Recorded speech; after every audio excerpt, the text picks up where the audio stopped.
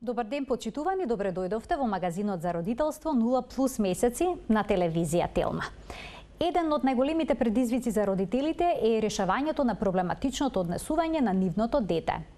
Што се крие зад агресивноста кај децата? Дали се работи за развојна фаза кога се тие помали и доколку трае и кога ќе подпораснат, се работи ли за проблем? Постојат ли стратегии за решавањето на агресивното однесување, односно лошото однесување на децата? За сето ова подетално од разговорот со примариус доктор Мери Бошковска, психијатар за деца и млади. Докторке, добре ни дојдовте во магазинот за родителство 0+ месеци. Добар ден до вас и до гледачите што ме следат. Докторке, дали децата се раѓаат агресивни или пак агресивноста е резултат на обкружувањето на средината во која што живеат? Јас ви кажала и едното и другото.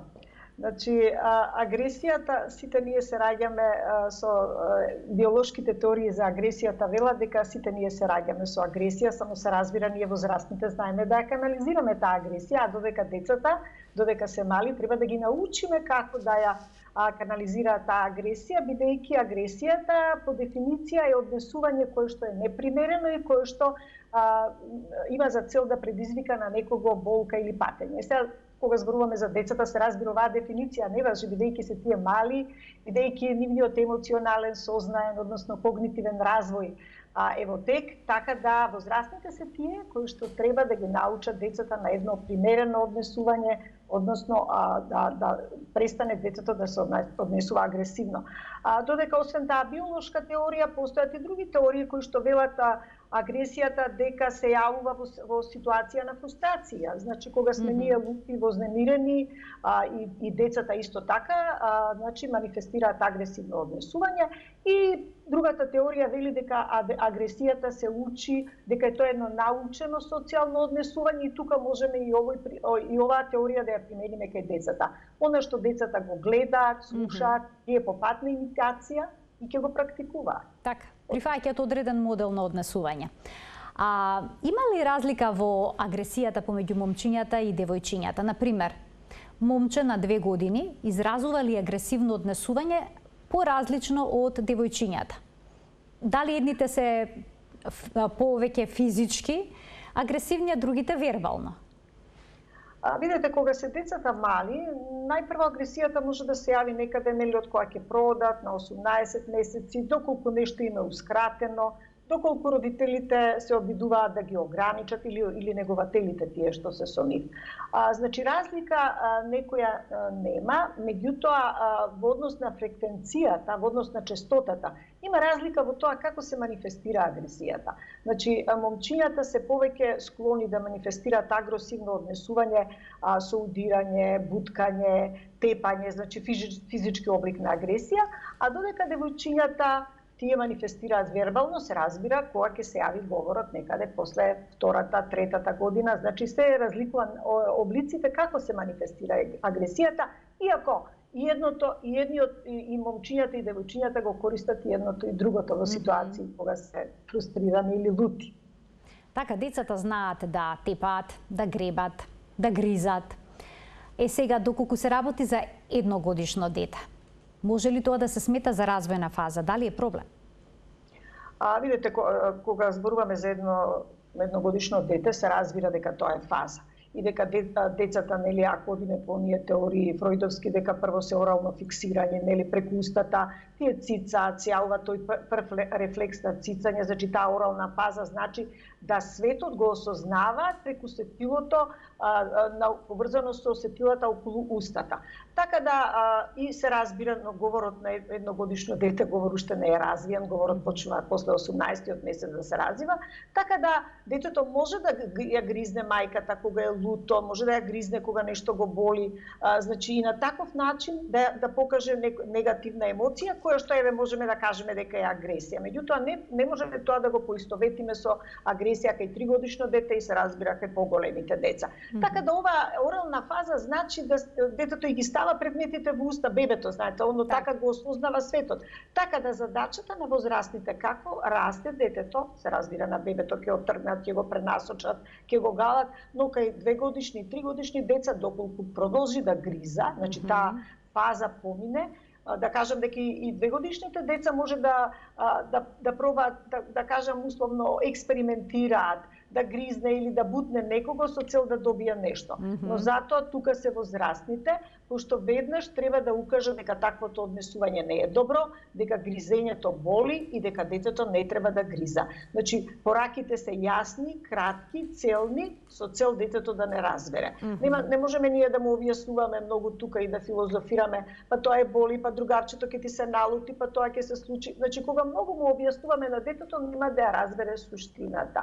Тоа се објаснува со 2 збора, се кажува односно. Значи доволно е, немој да гриза што боли. И на помало и на поголемо дете, докторке, на истиот начин со кратко и јасно појаснување? Видете, ова кратко и јасно се однесува за децата кога почнуваат да зборуваат и да го разбираат говорот што им го кажуваме. Рековме бебето тоа е рефлексна реакција.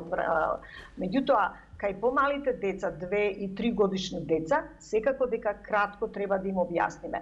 Погрешно е она, знаете, родителот некогаш да го гризне детето за да детето осети колку го боли. Така, во безнадежност тоа го прават докторке, кога веќе не знаат што да преземат повеќе.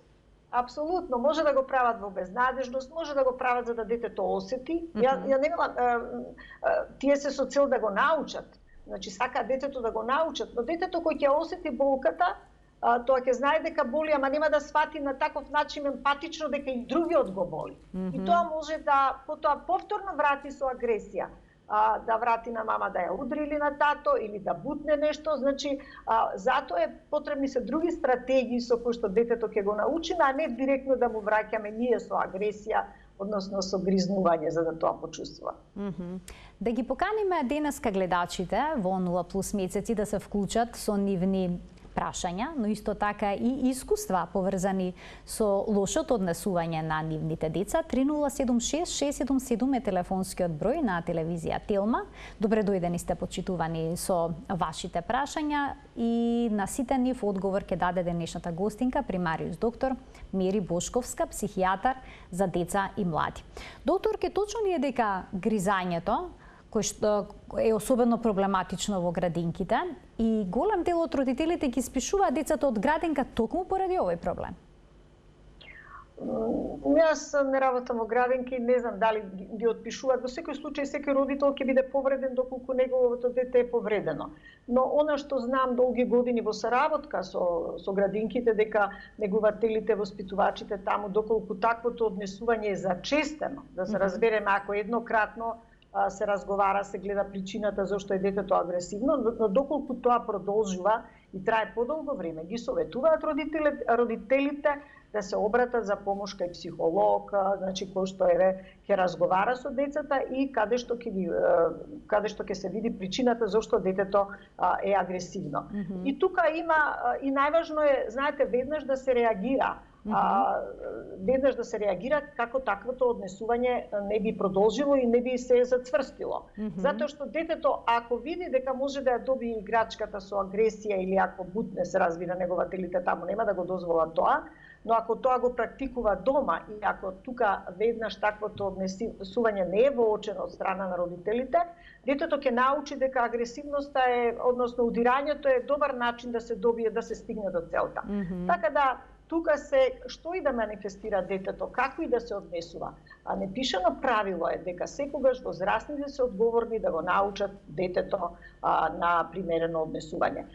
Јас кога би зборувале вака што се најчестите ситуации или причини кога децата нели се однесуваат агресивно, рековте вие на почетокот дека може да биде тоа развојна фаза, па јас би напоменала дека развојна фаза е измеѓу 2 и 3 години кога децата учат што е кога родителите ги воспитуваат, кога ги воспоставуваат првите граници и кога учат што е добро, што е лошо, што не е добро да се удри, да се скрши, да се фрла, значи да се зборуваат недолични зборови. И тука децата поминуваат низ една фаза, што се вика фаза на пркос. Тоа е фаза на инает, кога тој сака да продолжи или сака да го добие тоа што го сака, и тогаш знае директно, знаете, да манифестира отворена агресија.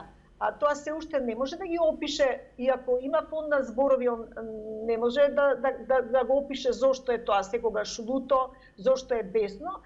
и тогаш директно преку моторика добива тие темпер тантруми, напади на бес, на лутење, на плачење, и тоа не е со цел родителите да ги нервира. Значи тоа е со цел да се избори тоа што го сака. И тоа е развојна фаза каде што родителите најчесто се обраќаат за помош доколку не може да се справат со таквото нивно однесување на детето.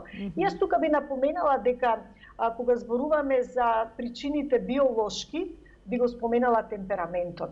Значи темпераментот, детето се раѓа, сите ние се раѓаме со темперамент, значи екстровертни, интровертни. Кога зборуваме за мали деца, зборуваме начините како емоционално реагираат. Имаме деца поинеетливи и тие се опишани во литературата, деца со потежок темперамент, кои што каде што родителите навистина се безпомошни, како што рековте, да се справат со тоа нивно однесување.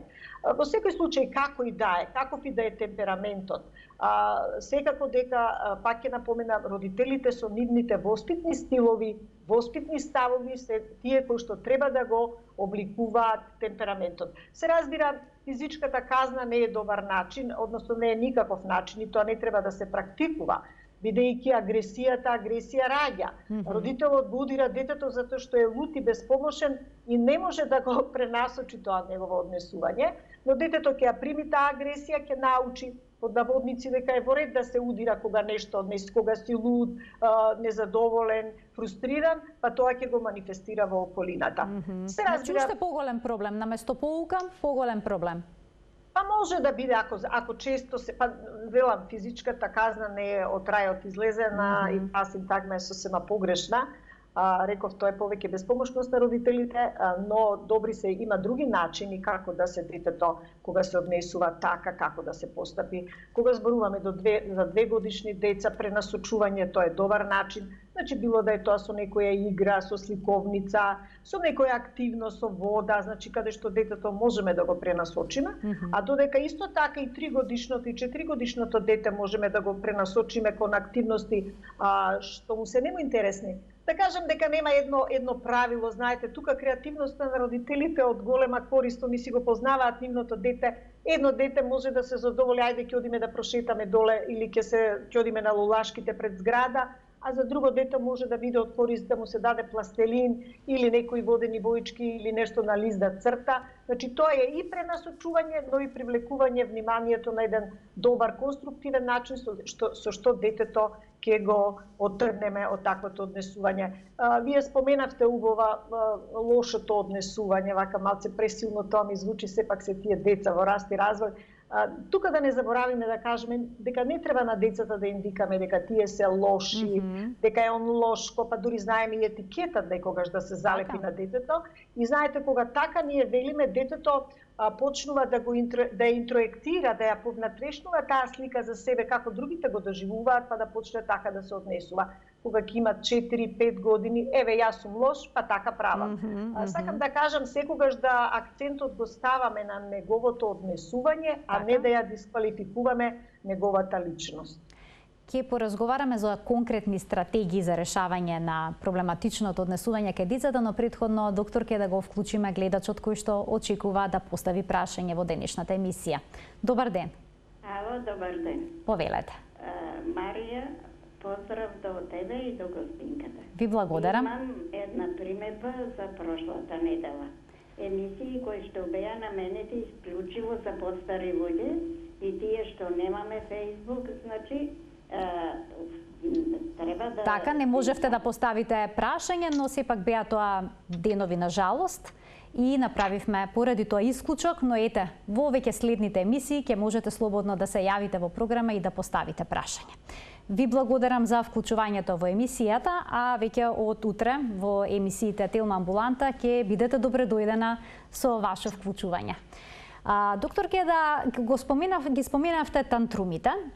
Тантрумите знаат да бидат исклучително проблематични и за средината, и за семејството, за родителите, па дури за самото дете. Каков родителски стил да се примени при воспитувањето за да се надминат? Бидејќи кога детето ќе почне да вриска, да фрла предмети на подот, да легнува и да се однесува на таков начин, родителите понекогаш и самите стануваат нервозни и знаат да се однесуваат дури и тие агресивно. Да, темпер тантрумите или напади на бес, како што се вели, тие ми изгледаат многу драматично, може да изгледаат. Детето вришти, плаче, ќе ги исколачи очите, ќе се зацрвени, дури тука и невровегетативниот систем реагира, мафта со раце, со нозе, што велам делува драматично. Знаете, глумење смиреност, јас кога ги советувам родителите, тоа е многу тешко, ама доколку родителот продолжи да вика со посилен тон, да стане, да кажам, вербално агресивен, секако дека тоа ќе го појача таквото однесување на детето. Затоа глумење, смиреност и кажување, како што реков, со едноставни, кратки реченици, или во такви ситуации, знаете, добро е пренасочување кај 4-годишните деца, зависи од детето, нели, од неговата возраст и темперамент, кај едно може тоа да упали, да кажем, жаргонски, кај некој не. Значи, може во литературата и во праксата може да користи тајм-аутот или ние велиме мирно столче, да речеме детето да родителот го однесе во друга соба, каде што има едно столче негово, каде што ќе седне. Се разбира, тој треба да биде тука. Доколку прета мафта со рацете, добро е таткото кој што е физички појак да го стегне, да го во крило, да го стави детето, и да додека тоа се смири во скут, да го стави во скут и да кога ќе се смири детето, потоа да излезе и да му даде да продолжи да игра. Обично тајм-аутот трае, знаете колку години има детето, толку минути од прилика тоа така трае. И се разбира, потоа не треба одма од кога ќе заврши тантрумот или тој напад на бес да се разговара зошто си не така направи, па не си ти добар, тоа или таквото однесување не е добро.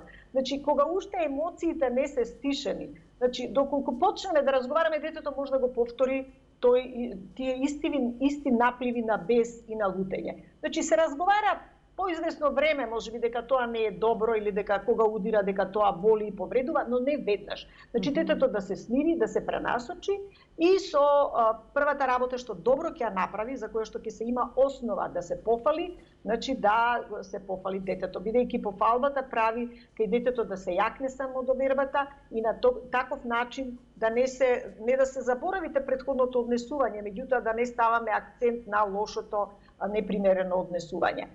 Значи, многу е важно во тие стратегии за родителство, многу е важно да во воспитувањето да се воспостават јасни граници кои што ќе му помогнат на детето. Знаете, родителите се некои од надвор кои што треба тоа агресивно однесување да го смират и ограничат. И секако дека граници, да се каже дека тоа не е дозволено, дека родителот го сака детето, но дека тоа не треба да го прави затоа што, веќе објаснивме со една реченица зошто. Значи, ако му повторуваме и многу објаснуваме, значи можеме да кажеме детето ти си луд, оти најчесто зад причините кога детето е агресивно, знаете, стои преплавеност со емоции. Тоа родителите не треба да го забораваат. И секогаш прашањето, додека детето наполни 5 години е зошто, и ние, психијатрите, психолозите, сите и родителите, зошто детето така се однесува? Од што е тоа вознемирено? Што му е него ускратено? Пак повторувам, детето не се однесува така за да нас намерно не нервира. Може да се заинаети во многу ситуации, меѓутоа ова се фази и знаете како велат психолозите и педагозите, порано биле многу важни првите 5 години од воспитувањето, сега велат 3. Важни се и 3, и 5, и 7, нели, секогаш можеме детето и секогаш го учиме детето на едно добро однесување, но многу е важно да не ги прескокнуваме овие фази и овие граници во воспитувањето, затоа што подоцна детето, ако имаме попустлив, ако имаме недоследен став, ако го толерираме тоа агресивно однесување, таквото агресивно однесување, детето ќе продолжи и во училиште, ќе продолжи и во градинката, односно прво во градинката, па во училиштето, и велам доколку родителите не може да се справат, значи има вештини за родителство, има стратегии кои што ќе им помогне како да го пребродат овој период. А што е со децата кои што често се тепаат?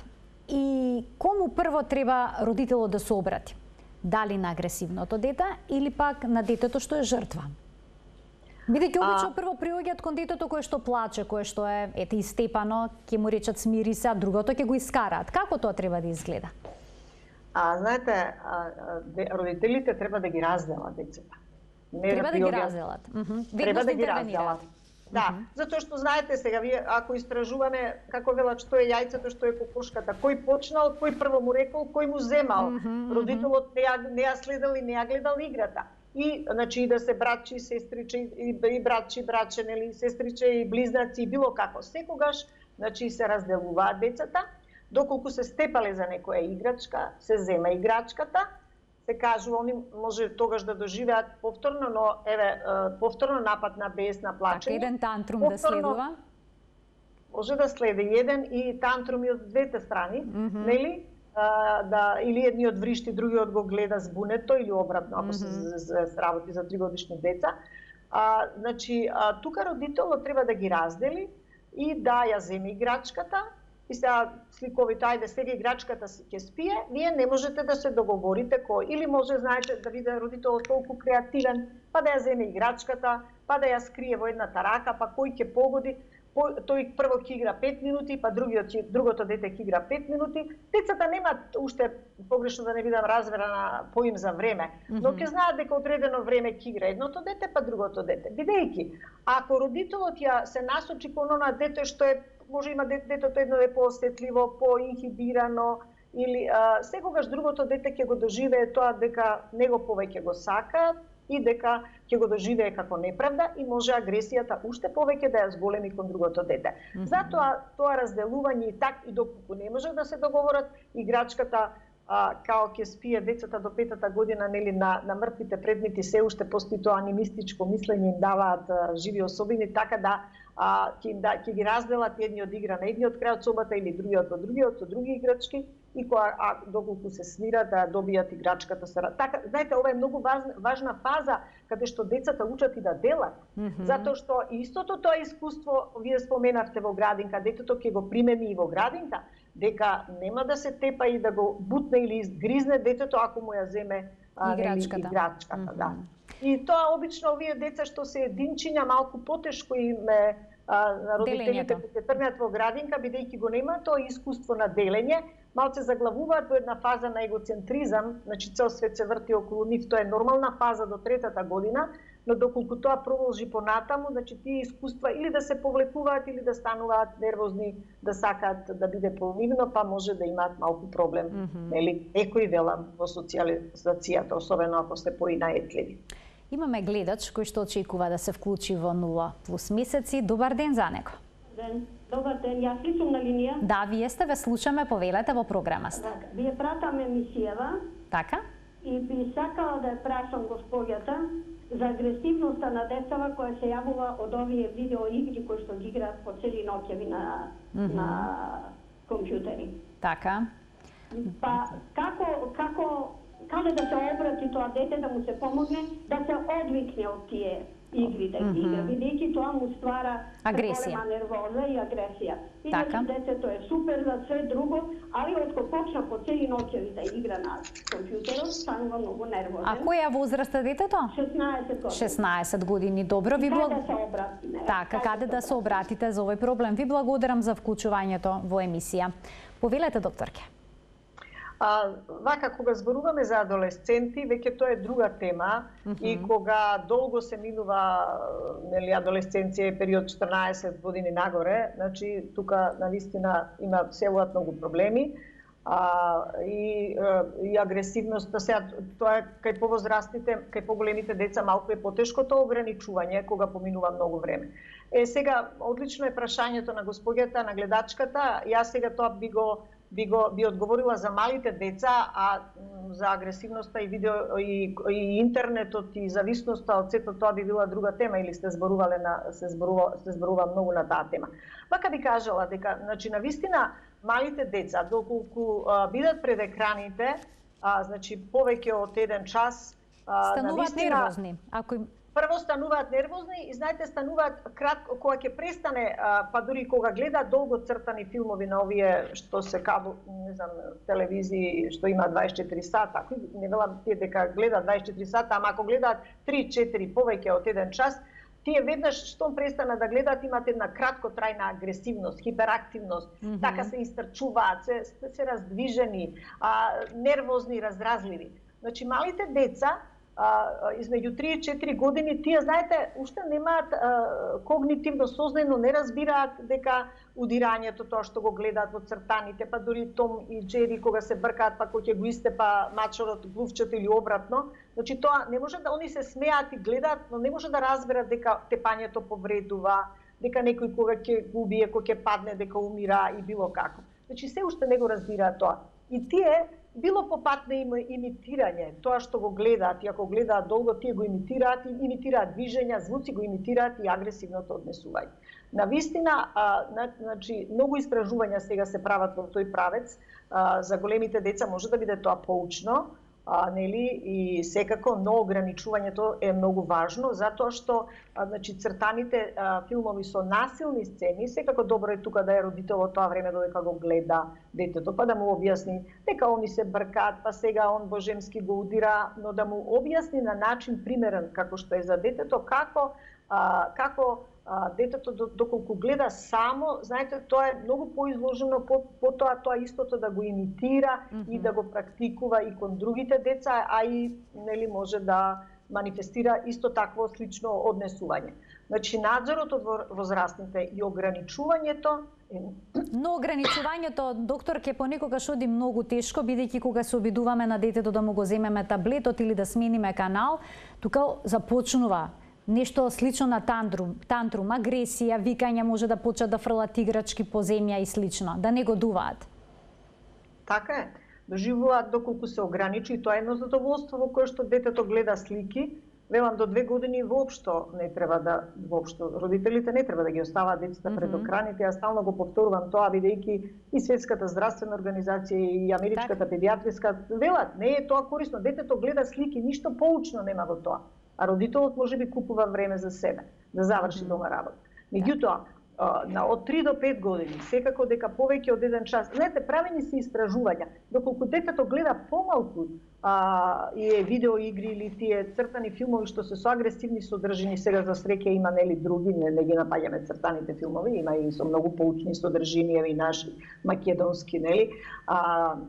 Сакам да кажам дека доколку правени се истражувања дека во 60% се намалува вербалната агресија, а 40% се намалува физичката агресија. Гледате само со скратување на времето минува, тоа се прави некои истражувања, ние кај нас немаме истражувања, но секако познавајќи ги психолошките аспекти на развојот на личноста на едно дете, многу се логични сите овие работи, а и можам да кажам од искуство во работа со деца низа години, значи навистина многу е важно родителите да ги ограничуваат или на моменти да гледаат со нив и да им го тоа поедностават, да детето може да го разбере и да биде корисно за него.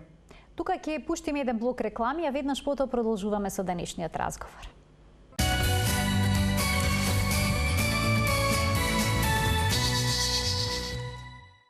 За агресивното однесување кај децата, гризање, гребање, тепање, денеска зборуваме со примариус доктор Мери Бошковска, психијатар за деца и млади.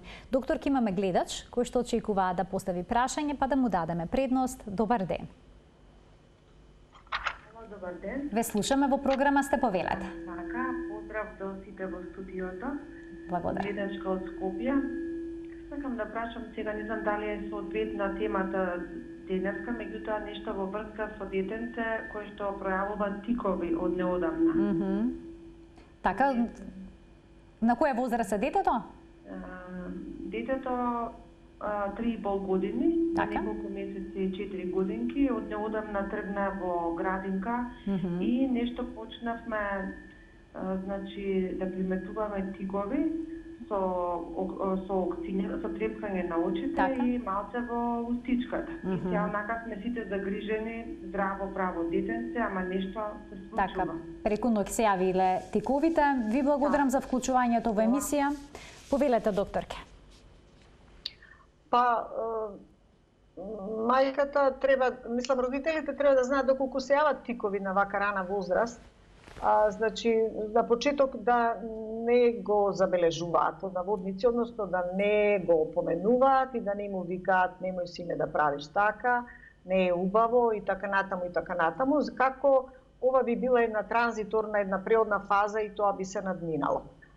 Тоа истото да го советуваат, да ги советуваат и другите негователи, баба, дедо и било кој, нели, што се во обкружувањето.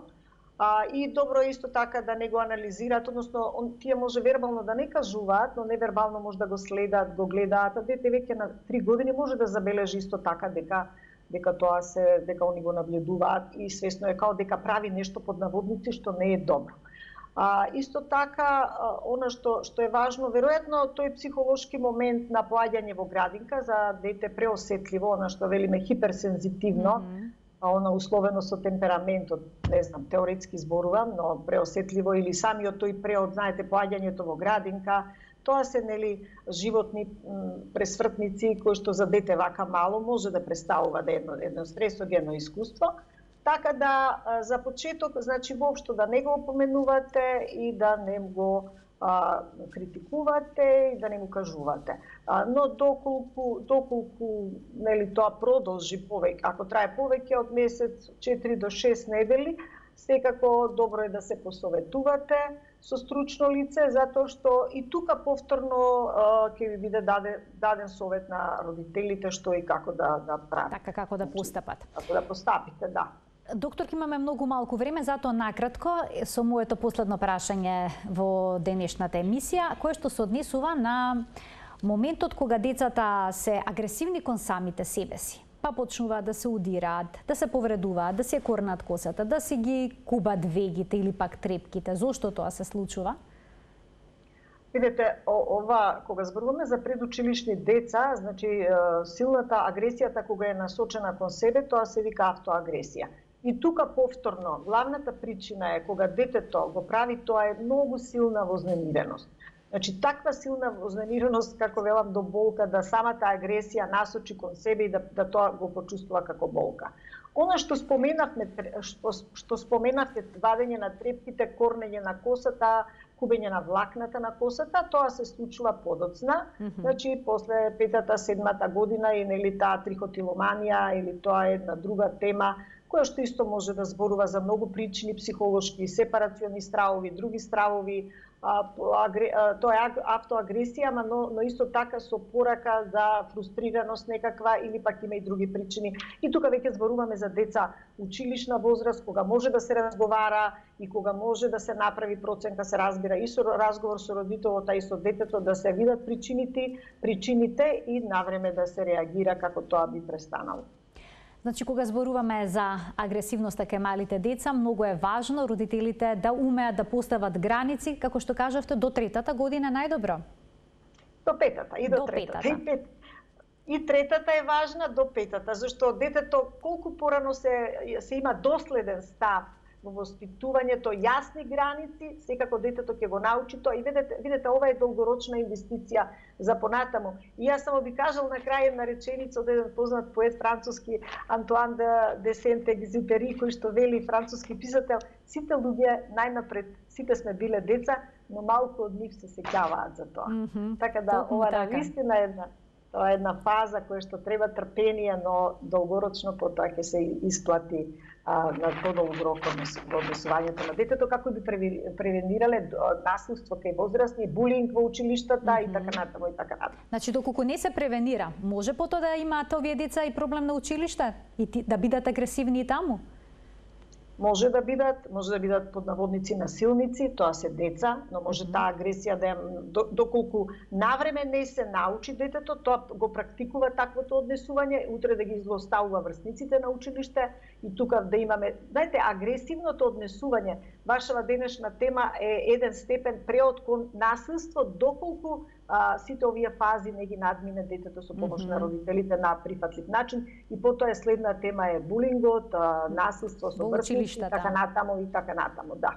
Па можеме, докторки, да направиме една емисија на таа тема, бидејќи е исклучително актуелна. Па јас мислам во ова време на пандемија и стрес и сите и ограничување и се она што ни се случува, темите од менталното здравје навистина се многу важни, како превентивно би делувале и тука сме со цел да им помогнеме на родителите. Јас навистина ви благодарам за вашето денешно учество во магазинот за родителство, за практично родителство 0+ месеци. Вашите совети се секогаш исклучително полезни и корисни за нас родителите. Благодарам на поканата, поздрав. Почитувани, ви благодарам за вниманието со кое што наследевте. Примариус доктор Мери Бошковска, психијатар за деца и млади, беше нашата денешна гостинка. Се гледаме секој понеделник во магазинот за родителство 0+ месеци. До гледање.